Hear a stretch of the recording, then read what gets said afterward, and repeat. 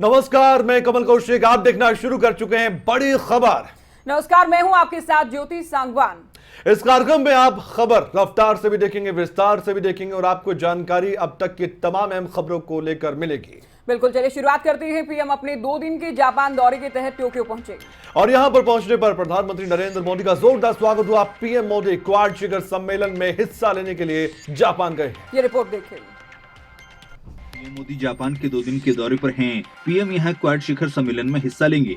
Japan की राजधानी Tokyo पहुंचने पर पीएम मोदी का जोरदार स्वागत हुआ। भारतीय मूल के लोगों ने पीएम का स्वागत किया। यहां जापान के बच्चों ने पीएम से हिंदी में बात की। प्रधानमंत्री अपने दौरे के दौरान करीब 23 कार्यक्रमों में शामिल होंगे और साथ ही साथ कई बड़ी मुलाकातें भी करने वाले। पीएम मोदी जापान में अमेरिका के राष्ट्रपति जो बाइडेन और ऑस्ट्रेलिया के पीएम से भी मुलाकात करेंगे। इसके अलावा वे जापान के प्रधानमंत्री से भी मुलाकात करने वाले हैं। पीएम का ये दौरा राजनीतिक और कूटनीतिक नजरिए से काफी महत्वपूर्ण है। पीएम का ये दौरा दूसरे देशों से रणनीतिक और वैश्विक साझेदारी को और भी ज्यादा मजबूत करने के लिए महत्वपूर्ण साबित होगा। साथ ही साथ इस समिट में द्विपक्षीय मुलाकातों में बहुआयामी द्विपक्षीय संबंधों को मजबूत करने पर चर्चा होगी। इस समिट में टेक्नोलॉजी, क्लाइमेट चेंज, विकास और वैक्सीन जैसे मुद्दों पर चर्चाएं होंगी। इस पूरी चर्चा में सबसे पहले पुराने क्वाड समिट पर कितनी प्रगति हुई, इस बात पर भी चर्चा की जाएगी। भारत के लिए क्वाड शिखर सम्मेलन बहुत ज्यादा अहम है। अब आगे बढ़ते हैं, ज्ञानवापी मस्जिद की बात कर लेते हैं। जहां एक तरफ वाराणसी में ज्ञानवापी मुद्दे पर सुनवाई का दौर फिर से शुरू हो गया है, तो वहीं दूसरी तरफ अब काशी विश्वनाथ मंदिर ज्ञानवापी मस्जिद विवाद मामले में एक और याचिका सुप्रीम कोर्ट में दाखिल की गई। बिल्कुल, अश्विनी उपाध्याय ने याचिका दायर कर मांग की है कि उनके पक्ष को भी सुना जाए। उनकी ओर से कहा गया है कि ये मामला सीधे तौर पर उनके धार्मिक स्वतंत्रता के अधिकार से जुड़ा है। सदियों से वहां भगवान आदि विश्वेश्वर की पूजा होती रही है। इस मामले को लेकर लगातार कई तरह की जानकारियां भी निकलकर सामने आई है, लेकिन ये विवाद सुलझता जल्द ही नजर नहीं आता है। चलिए बात यूपी की करेंगे, क्योंकि यूपी विधानसभा में बजट सत्र की शुरुआत हो चुकी है और इसी दौरान विधानसभा में जबरदस्त हंगामा देखने को मिला है।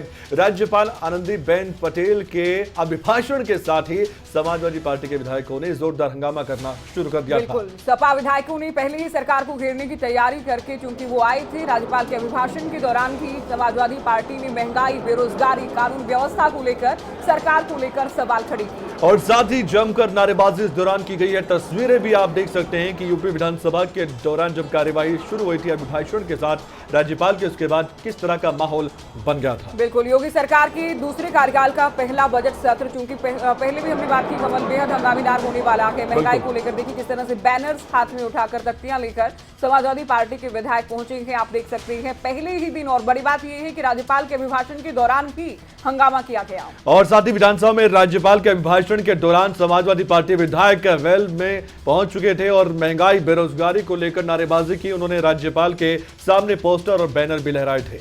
इस दौरान सदन में जोरदार हंगामा देखा गया। सपा विधायकों ने वापस जाओ के नारे लगाए। हंगामा करीब करीब आधे घंटे तक सदन में चलता रहा।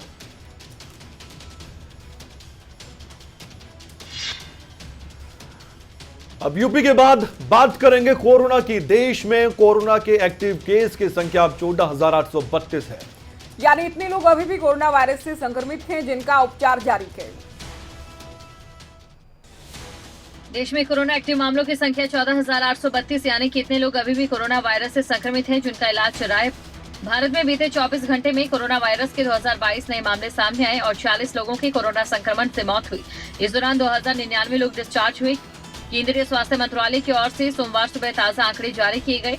देश में अब तक कुल 5,24,459 कोरोना संक्रमित मरीजों की मौत हो चुकी है। वहीं एक्टिव मामलों की संख्या दर घटकर 14,832 पर पहुंच गई है। एक्टिव मामले में कुल संक्रमण का 0.03% है। कुल पॉजिटिविटी रेट 0.69% है।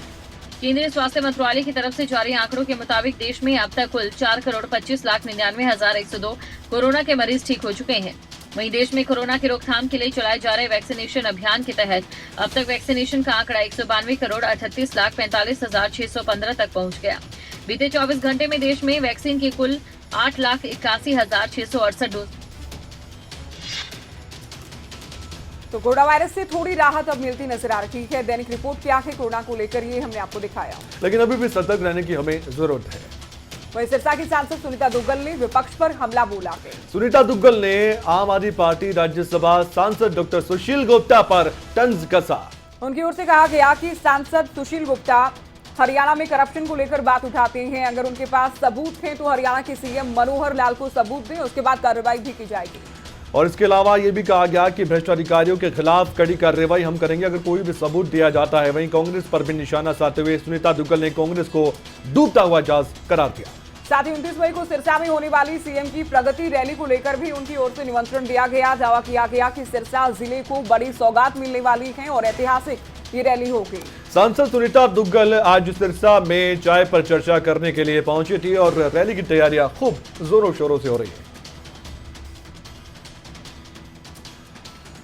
कांग्रेस तो एक बिल्कुल डूबता हुआ जहाज है। आप देख रहे होंगे कि रोज के हिसाब से मुझे लगता है कि कोई दिन शायद ऐसा नहीं जाता होगा कि उनकी पार्टी को छोड़कर जो कार्यकर्ता हैं वो इधर उधर ना जाते हों। कितने सीनियर सुनील जाखड़ जी जो कि प्रदेश अध्यक्ष रहे पंजाब के, उन्होंने भारतीय जनता पार्टी का दामन थामा।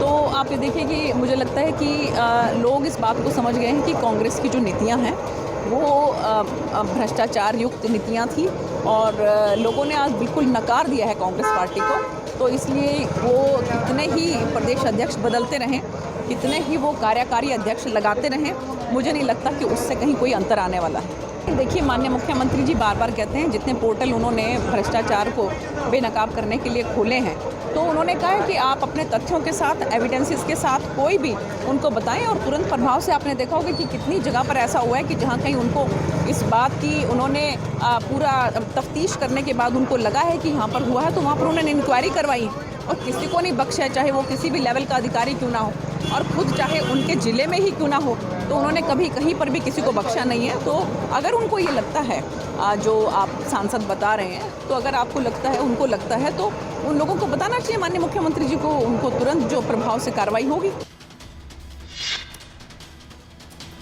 करप्शन को लेकर भी लगातार वार पलटवार का सिलसिला जारी, लेकिन 29 मई की तारीख हरियाणा राजनीति के लिए बहुत ज्यादा अहम है। बिल्कुल, तमाम सिरसा के बीजेपी नेता ये दावा कर रहे हैं कि ऐतिहासिक की रैली होने वाली है, लाखों की संख्या में लोग शामिल होंगे। अब आगे बढ़ते हैं, हरियाणा में निकाय चुनाव की बात कर रहे थे क्योंकि बिगुल बज चुका है। 19 जून को मतदान होना है और शहरी निकाय चुनाव की तारीख घोषित होते ही अब राज्य में चुनाव आचार संहिता भी लागू हो चुकी है। बिल्कुल, 19 जून को सुबह 7 बजे से लेकर शाम 6 बजे तक वोटिंग होगी। 22 जून को मतगणना होगी, चुनाव परिणाम आएगा। और साथ ही जरूरत पड़ी तो 21 जून को पुनर्मतदान भी हो सकता है। नामांकन 30 मई से 5 जून तक दाखिल किए जाएंगे। और इसके अलावा बता दें कि आपको नगरपालिका बाजड़ा, सिविन और एक अन्य में भी अभी चुनाव नहीं होंगे। बिल्कुल, तो चुनाव की तिथि की घोषणा सोमवार को यानी आज राज्य चुनाव आयुक्त धनपत सिंह की ओर से की गई। बेसब्री से इंतजार था इन तारीखों का, आखिरकार आज ऐलान कर दिया गया है। आइए सुनवाते हैं क्या कुछ जानकारी दी गई चुनाव आयोग की तरफ से।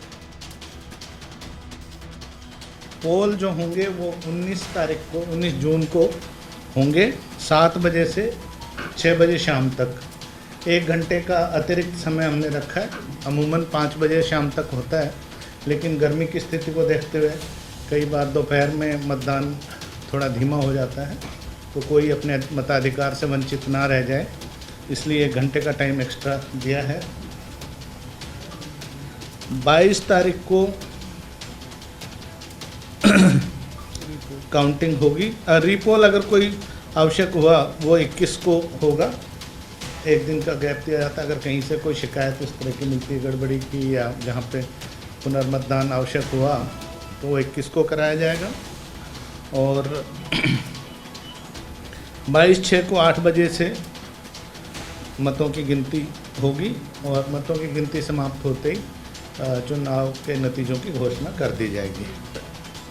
24/5/2022 को notice will be published by the returning officer under rule 20 of the Haryana municipal election rules 1978।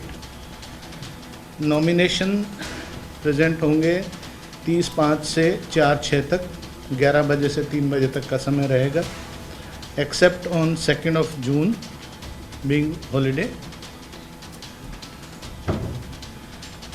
Nomination papers की स्क्रूटनी होगी 6 तारीख को 11:30 से 3 बजे तक। Last date for withdrawal of candidature रहेगा 7/6 को 11 से 3 तक, और उसी दिन फिर 3 बजे जब फाइनल लिस्ट हो जाएगी, किसी ने अगर विड्रॉ कर लिया है तो उसके बाद जो बचे इलेक्शन सिंबल्स अलॉट किए जाएंगे। जो शैक्षणिक योग्यताएं जो म्यूनसिपल इलेक्शंस के लिए जो अनरिजर्व्ड कॉन्स्टिट्यूंसीज़ हैं उनके लिए प्रेसिडेंट के लिए 10वीं पास अनिवार्य है। हरियाणा स्कूल शिक्षा बोर्ड या उसके समकक्ष जो मान्यता प्राप्त बोर्ड हो उनसे। जो विमेन हैं, विमेन कैंडिडेट्स होंगे तो 1/3 रिजर्वेशन है विमेन की, उन 1/3 10वीं नहीं क्वालिफिकेशन विमेन के लिए 8वीं कक्षा पास है, और एससी कैंडिडेट्स के लिए भी 8वीं कक्षा पास है। एससी प्रेसिडेंट के लिए, एससी विमेन के लिए भी 8वीं कक्षा पास है। मेंबर अनरिजर्व्ड के लिए 10वीं कक्षा पास है, और एससी और विमेन के लिए 8वीं पास है। एससी विमेन के लिए मेंबर के लिए 5वीं कक्षा पास है।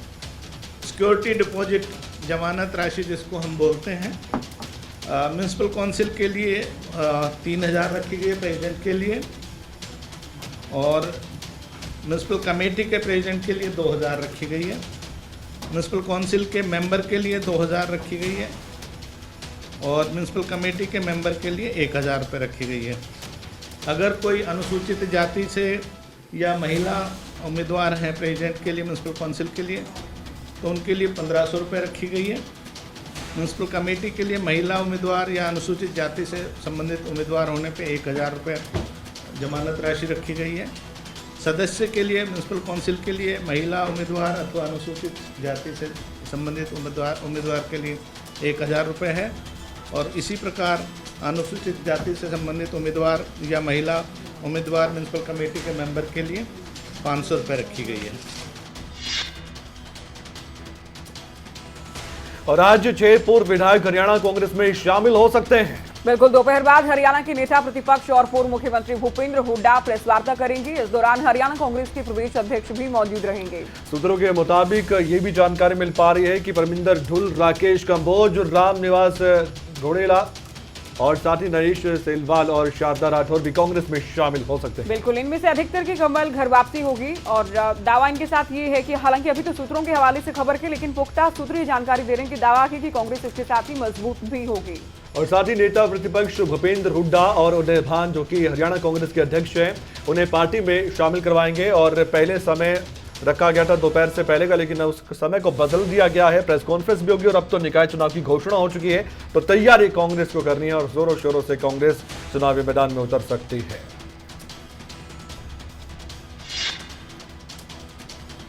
चलिए खबरों में आगे बढ़ेंगे। हरियाणा में बरसात के साथ आए तूफान ने जमकर तांडव मचाया। इसी दौरान पानीपत के गढ़ सरनाई गांव में भी तूफान के चलते एक निर्माणाधीन मकान की 3री मंजिल की दीवार झुग्गी के ऊपर ढह गई। वहीं बहादुरगढ़ की बात करें तो बहादुरगढ़ में भी एक हादसा सामने आया है। देखिए,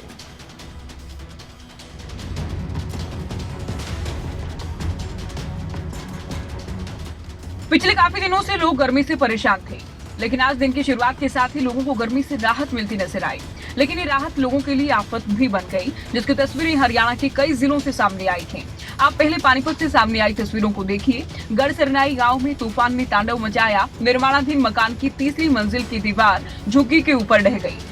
इस दौरान 2 बच्चों समेत 3 लोग दब गए, जिसके बाद आनन फानन में घायलों को पानीपत के सरकारी अस्पताल ले जाया गया। एक व्यक्ति की मौत हो गई, जबकि बच्चों के सिर पर गंभीर चोट होने के चलते दोनों को रोहतक पीजीआई रेफर किया गया। बताया गया कि व्यक्ति दिहाड़ी मजदूरी कर अपने बच्चों का पालन पोषण कर रहा था। फिलहाल शव को पुलिस ने कब्जे में लेकर पोस्टमार्टम के लिए भेजा। मामले में जांच शुरू की। वहीं बहादुरगढ़ से भी हादसे की तस्वीर सामने आई। चलती वैन के ऊपर अचानक बिजली का पोल गिर गया। यह हादसा तेज हवा और बरसात के कारण हुआ। इस दौरान सड़क पर कई होर्डिंग्स और पेड़ भी गिरे, जिससे गाड़ी के शीशे टूटे। इतना ही नहीं, गाड़ी की छत समेत कई जगह से गाड़ी क्षतिग्रस्त हो गई है। हालांकि गनीमत ये रही कि वैन में उस वक्त केवल चालक ही मौजूद था, उसे भी चोट नहीं आई है। मैं मान रखी अपने गाँव में मान रखी है, जा रहा था और जब आड़े पहुंचा एकदम गाड़ी खंबा जगने लगा, गाड़ी का खंबा बिजली का खंबा एकदम गाड़ी पे पड़ गया और काफ़ी नुकसान हो गया गड्डी में जी। जो आएंगे बच्चे है जान बची हुई बहुत। एक तरफ बरसात और ठंडी हवाओं के कारण मौसम सुहाना हो गया है, तापमान में गिरावट दर्ज की गई है, तो पिछले काफी दिनों की तेज गर्मी से राहत की सांस मिली है। वहीं इस बरसात ने प्रशासन के दावों की पोल खोल दी। हरियाणा के लोगों ने बरसात से गर्मी से राहत की सांस ली, लेकिन अब ये बारिश और तूफान लोगों के लिए परेशानी का सबब भी हो गया है, जिससे लोगों को दो चार होना पड़ रहा है। पानीपत से प्रदीप रेड्डू के साथ बहादुरगढ़ से प्रदीप धनखड़, खबरें अभी तक। हरियाणा के अलग अलग जिलों में बरसात हुई है। गुरुग्राम की बात करें तो गुरुग्राम में एक ही दिन की बारिश के बाद प्रशासन के दावों की पोल खुल गई। बिल्कुल, बरसात के बाद गुरुग्राम की सड़कों पर पानी भर गया, जलभराव की तस्वीरें सामने आई हैं। और सड़कों पर इतना पानी जमा हो गया, तस्वीरों में भी आप देख सकते हैं कि सड़कें तालाब में तब्दील होती नजर आई। बिल्कुल, गुरुग्राम में देखिए कमल, हर बार के हालात ये हैं और मानसून के दौरान खास तौर पर जाम की स्थिति, जलभराव की स्थिति देखी जाती है। लेकिन ये पोल खोलती इसलिए भी तस्वीरें नजर आती है प्रशासन की, क्योंकि अभी तो मानसून आया भी नहीं है। उससे पहले का एक उदाहरण जब सामने आता है तो लोग वैसे ही परेशानी में आ जाते हैं कि जब मानसून होगा तो हालात गुरुग्राम जैसे शहर के क्या रहेंगे। बिल्कुल कमल, इससे अंदाजा लगाया जा सकता है कि मानसून को लेकर कितनी तैयारियां हैं प्रशासन की। तो ये एक ही बरसात के बाद गुरुग्राम की तस्वीरें आपके टीवी स्क्रीन पर। और अब बात हम करने जा रहे हैं भिवानी की। भिवानी में नगर परिषद में करोड़ों रुपए के एक कथित घोटाले को लेकर अब वाइस चेयरमैन मामचंद को आखिरकार सरेंडर करना पड़ा। बिल्कुल, आपको बता दें कि रसीद और जमीन गड़बड़ी मामले में मामचंद मुख्य आरोपी हैं और पुलिस कई दिनों से तलाश में जुटी। मामनचंद की तलाश लगातार पुलिस कर रही थी और आखिरकार खुद ही मामनचंद ने सरेंडर कर दिया है। पिछले महीने मामनचंद ने अपने आप को निर्दोष भी बताया था। निर्दोष बताते हुए दबाव के लिए पुलिस के खिलाफ प्रदर्शन भी किया गया था, अब जाकर सरेंडर कर दिया गया है। और तस्वीरें भी आप देख सकते हैं कि जो समर्थक थे मामनचंद के वो भी मौजूद नजर आए, लेकिन मामनचंद को मजबूरन इसलिए भी सरेंडर करना पड़ा क्योंकि वो काफी दिनों से इधर से उधर भागी रहे थे एक तरह से, क्योंकि ज्योति पुलिस ने भी अपनी तलाशी अभियान को तेज कर दिया था और ये मामला काफी गंभीर है जिसकी जांच पड़ताल लगातार जारी है। बिल्कुल, इससे पहले ये पुलिस के खिलाफ भी प्रदर्शन किया गया था, अब वाइस चेयरमैन मामनचंद ने सरेंडर कर दिया है मामले में। भिवानी के बाद हम बात अब करने जा रहे हैं करनाल की। करनाल जिला सचिवालय के सामने भीषण गर्मी, बरसात और आंधी तूफान में भी अपनी मांगों को लेकर धरने पर बैठे दिव्यांगों का धरना 53 दिन से भी लगातार जारी है। बिल्कुल, धरना प्रदर्शन लगातार जारी है। देर रात आई बरसात और तूफान में भी धरना स्थल पर बैठे दिव्यांगों का हौसला कम नहीं हुआ। और गौरतलब ये भी है कि पिछले 53 दिनों से दिव्यांग अपनी मांगों को लेकर जिला सचिवालय के सामने धरना देकर बैठे हुए हैं। लेकिन अभी तक सरकार की ओर से उनकी मांगों को लेकर, उनकी मांगों को मानना तो दूर की बात है, उनसे मिलने भी कोई नुमाइंदा नहीं पहुंचा है। दिव्यांगों का कहना है कि सरकार ने जब दिव्यांग एक्ट पास कर दिया है फिर भी सरकार हमारी मांगे नहीं सुन रही। और साथ ही ये भी कहा गया कि जब तक सरकार दिव्यांग एक्ट लागू नहीं करेगी, जब तक उन्हें कुछ नहीं मिलेगा, यानी कि इन जो प्रदर्शन करने वाले दिव्यांग इन्हें कुछ नहीं मिलेगा तो धरने पर ये बैठे रहेंगे। दिव्यांगों ने यह भी कहा कि जब तक सरकार इनकी मांगे पूरी नहीं करेगी तब तक उनका धरना यूं ही लगातार जारी रहेगा, चाहे आंधी आए, चाहे तूफान आए, चाहे बरसात आए, जैसे कि आई थी।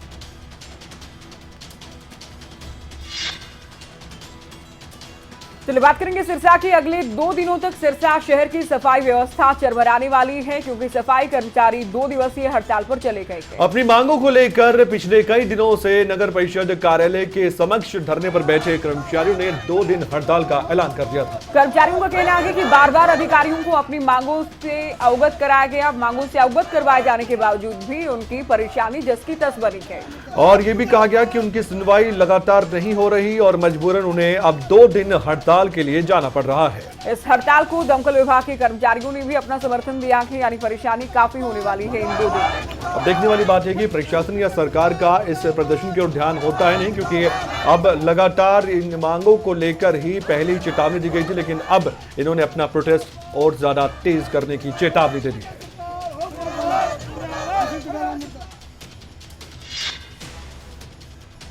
इसके बाद हम बात करने जा रहे हैं हिसार की। हिसार जिले के गांव स्वाड़वा में कुएं में दबे 2 व्यक्तियों में से जगदीश नामक एक व्यक्ति का शव बरामद हुआ है।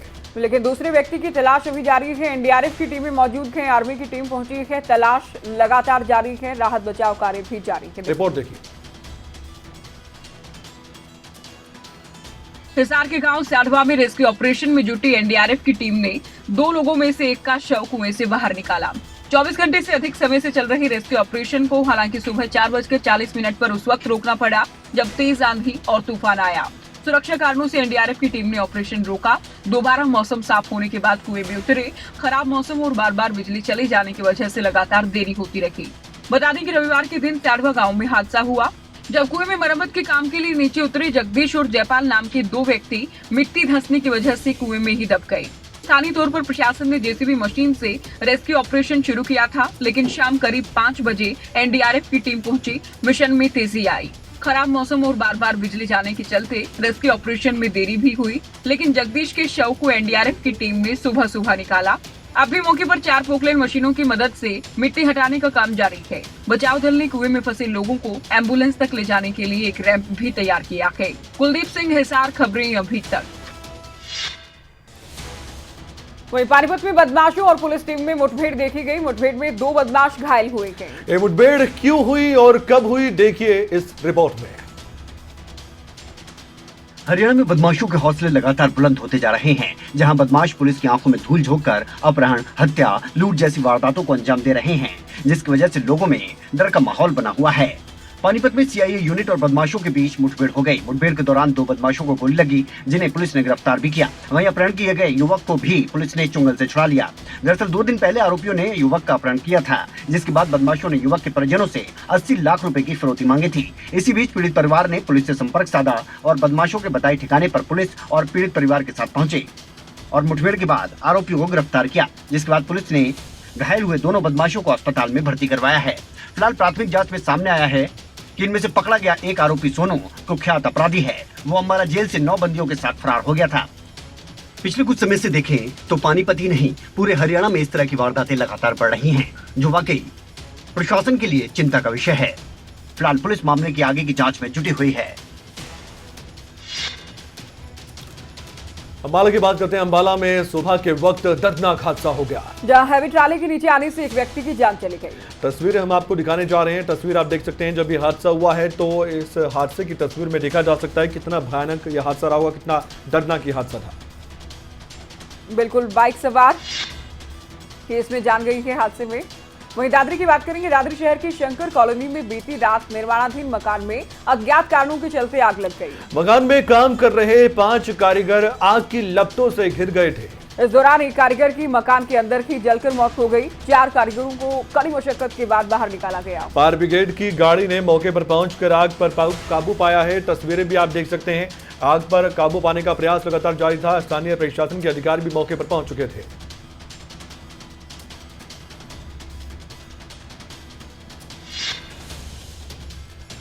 बाराबंकी जिले के फतेहपुर तहसील के गोरा गजनी सर्कल में नियुक्त घूसखोर लेखपाल को रिश्वत लेते हुए गिरफ्तार किया गया है। वीडियो सोशल मीडिया पर भी वायरल। बिल्कुल, ये वीडियो वायरल है। लेखपाल के पैसे लेन देन के वीडियो की जानकारी अधिकारियों को मिली तो हड़कंप मच गया। जिलाधिकारी ने पूरे मामले की रिपोर्ट एसडीएम फतेहपुर सचिन वर्मा से ली और इसके बाद एसडीएम को लेखपाल के खिलाफ कार्रवाई करने के आदेश भी जारी हो चुके हैं। इतना ही नहीं, डीएम ने एक प्रेस नोट शेयर किया है और बताया कि पैसे की लेन देन करते वीडियो वायरल होने के मामले में लेखपाल साकेत रावत को निलंबित कर दिया गया है। और वहीं राजस्व निरीक्षक की तहरीर पर फतेहपुर कोतवाली में आरोपी लेखपाल पर रिश्वत लेने की धाराओं में रिपोर्ट दर्ज कर विभागीय कार्रवाई के आदेश भी दे दिए गए हैं। चलिए बात करेंगे बुलंदशहर की। बुलंदशहर में डीजे पर हथियार लहराते हुए डांस करने का वीडियो सोशल मीडिया पर जमकर वायरल है। अवैध हथियार थामे कई युवकों के फोटो भी सोशल मीडिया पर वायरल हुए हैं। वीडियो में मौजूद युवक बुलंदशहर की जहांगीराबाद कोतवाली क्षेत्र के गांव साखनी का रहने वाला बताया गया। इन तस्वीरों में देखा जा सकता है कि जो युवक है वो हथियार लहराते नजर आते हैं, लेकिन सवाल अब ये है कि क्या पुलिस अपनी कार्रवाई को भी अंजाम देगी, क्योंकि जिस तरह से युवक लगातार अवैध तरीके से काम कर रहे थे, अब लग रहा है कि पुलिस जल्द ही कार्रवाई कर सकती है, क्योंकि सोशल मीडिया पर भी कई तरह के सवाल उठाए गए।